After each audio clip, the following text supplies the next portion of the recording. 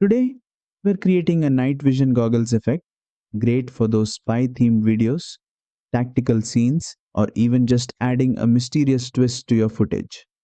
Start by opening your project and selecting the clip where you want this effect. Next, tap on Effects at the bottom and choose Video Effects. Now, head over to the Lens tab. You can either scroll through or use the search bar to find an effect called Binoculars.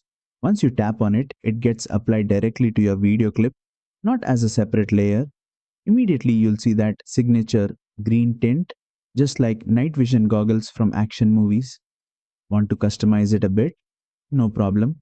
Tap the effect in the timeline and you'll see a speed slider. This controls how fast the binoculars come into view, slow it down for a dramatic reveal, or speed it up for a snappy, tactical pop. And that's all there is to it. You now have a cool, realistic night vision effect in your video. Play around with timing and clip placement to make it fit your story. If you enjoyed this tip, don't forget to like, share, and subscribe for more CapCut mobile tricks.